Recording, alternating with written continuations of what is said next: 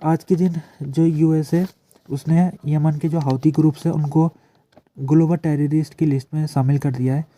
इससे पहले भी 2016 से ये हौती ग्लोबल टेररिस्ट लिस्ट में शामिल थे, लेकिन 2021 में इनको हटा दिया गया था। 2021 में हटाने की वजह ये थी कि यमन में लोगों में काफ़ी ह्यूमैनिटेरियन इशू हो रहे थे, लोगों को उनको हेल्प नहीं मिल पा रही थी, लोगों की भुखमरी के कारण मौत हो रही थी। तो अमेरिका को लगा कि हौती के ऊपर अब ये जो बैन है, यानी कि जो ग्लोबल टेररिस्ट का लेवल लगा हुआ है, इसको हटाना पड़ेगा। उसके बाद से 2021 से लेकर 2024 तक, अभी तक, जब तक अभी प्रेजेंट की बात कर रहे हैं हम, तब तक हौती को ग्लोबल टेररिस्ट लिस्ट से हटा दिया गया था। उसके बाद आज ये डिसीजन लिया गया है जिसमें फिर से हौती को ग्लोबल टेररिस्ट की सूची में शामिल कर दिया गया है। तो हौती ने जिस प्रकार से कुछ दिनों से वो अटैक कर रहा है सिपो के ऊपर, तो लगता है कि अमेरिका और यूके को लगा है कि जो हौती का ये फाइनेंशियल नेटवर्क है उसमें भी लगाम लगानी पड़ेगी। तो आज के दिन यूएस ने ये फैसला लिया है और यूएस ने हौती को ग्लोबल टेररिस्ट की सूची में शामिल कर दिया। और उसका असर ये होगा कि जो हौती है वो अब यूएस के अंदर जो उसके फाइनेंशियल एक्टिविटी है वो ब्लॉक हो जाएगी, वो सारी जो उसका पैसा है यूएस के अंदर वो सीज हो जाएगा। और साथ में कोई भी हौती का जो लीडर है वो अमेरिका में नहीं आ पाएगा अब। तो ये कोशिश अमेरिका की है, और अमेरिका की कोशिश ये है कि हौती को सबक सिखाया जाए। हौती अभी तक उसका रिस्पॉन्ड भी आ गया, उसने कहा कि हमारे ऊपर कोई असर नहीं पड़ने वाला है। अमेरिका अगर हमें इस सूची में अगर शामिल कर भी देगा तो हमारा जो अटैक है रेड सी के इलाके में वो जारी रहेंगे। तो हौती का कहना ये है कि वो ये जो अटैक कर रहा है रेड सी में, वो केवल सिपो को निशाना बना रहा है जो कि इसराइल से संबंध है जिनका। और उसका ये भी कहना है कि हम ये इसराइल के सिपो को इसलिए निशाना बना रहे हैं क्योंकि इसराइल यहाँ पर गाजा के लोगों के ऊपर नरसंहार कर रहा है। तो हौती ने कहा कि इसराइल जब ये लड़ाई बंद कर देगा तो हम अटैक करना भी बंद कर देंगे। लेकिन अमेरिका का कहना ये है कि जो हौती है वो केवल इजरायली सिपों को ही नहीं केवल, बल्कि सभी देशों के सिपों को निशाना बना रहा है। ये अमेरिका का कहना है, और अमेरिका ने इसी का ही एक इस बात को लेकर उसने यूएन के सिक्योरिटी काउंसिल में रेजोल्यूशन लाया था अमेरिका, और उस रेजोल्यूशन को पास किया था। रेजोल्यूशन में ये बात की गई थी कि जो यमन के हौती है इनको अटैक को बंद करना पड़ेगा। रेजोल्यूशन पास होने के बाद अमेरिका और ब्रिटेन ने दोनों ने मिलकर सरप्राइज अटैक किया, हौती के जो बेसिस है उनके ऊपर अटैक किया था उन्होंने कुछ दिन पहले। तो उसके बाद से लेकर अभी तक जो भी चीज़ें हुई है उसमें अमेरिका ने की ये कोशिश है कि किस प्रकार से हौती को अब जितना ज़्यादा उनको एक्सक्यूज़ किया जा सकता है उतना करना चाहिए। यानी जितना उनकी पावर है, हौती की पावर, अगर जितना उन पावर को ख़त्म किया जा सके उतना बेहतर होगा। आज के दिन ये पता चला है कि मेडिसिन की शिपमेंट इजिप्ट में पहुंच चुकी है, और ये जो मेडिसिन है ये हॉस्टेजेस को दी जाएगी।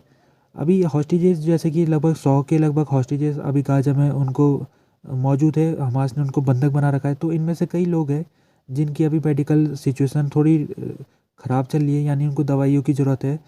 तो अब उनको दवाई मिल जाएगी क्योंकि शिपमेंट पहुंच चुकी है इजिप्ट में, और इजिप्ट से इनको गाजा में ले जाया जाएगा। गाजा में ये हमास ये जो मेडिसिन है इनको हॉस्टेजेस तक पहुंचाएगा। तो ये डील हो चुकी है, और ये डील करने में जो भूमिका थी वो कतर और फ्रांस की थी। इन्होंने मीडिएशन का भूमिका निभाई, और माना जा रहा है कि ये जो डील है ये काफ़ी महीनों बाद हो रही है। आखिरी डील सीज़ फायर वाली डील हुई थी, उसके बाद से ये इसराइल और हमास के बीच में दूसरी डील हो रही है। तो कह सकते हैं कि ये डील महत्वपूर्ण इसलिए है क्योंकि ऐसा लग नहीं रहा था कि कोई डील होने के चांसेस है, लेकिन एकदम से डील की खबर आ गई है। और ये जो डील है इसमें होना ये है कि एक डिब्बा अगर हॉस्टेजेस के लिए मेडिसिन जाएगी तो उसके बदले में 1000 डिब्बे फ़िलिस्तीन लोगों के लिए मेडिसिन को भेजना पड़ेगा। यानी कि हॉस्टेजेस को अगर मेडिसिन मिलेगी तो फ़िलिस्तीन लोगों को भी मेडिसिन देनी है, जो कि गाजा में इस समय बिना मेडिसिन से कई महीनों से रह रहे हैं। तो इस बात के लिए इसराइल तैयार हो गया है। और ये जो डील है, जैसे कि इसमें आज पता लगा है कि जो मेडिसिन है वो इजिप्ट में पहुंच चुकी है, इजिप्ट से कुछ दिनों बाद अभी गाजा में पहुंच जाएगी।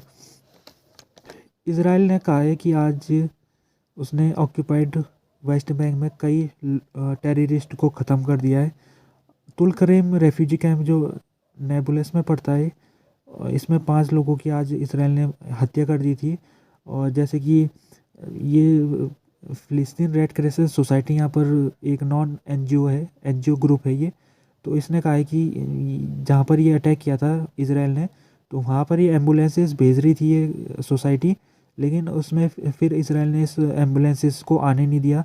ये इसराइल के ऊपर बहुत लंबे समय से आरोप लग रहा है कि इसराइल जहाँ पर स्ट्राइक करता है वहाँ पर वो एम्बुलेंसेस के लिए रास्ता को ब्लॉक कर देता है, जिस कारण जो गंभीर रूप से घायल व्यक्ति है उसको एम्बुलेंस उस व्यक्ति तक नहीं पहुँच पाती है। ये ऐसा पहले भी आरोप इसराइल के ऊपर लगते रहे और आज के दिन भी ऐसे आरोप इसराइल के ऊपर लगे।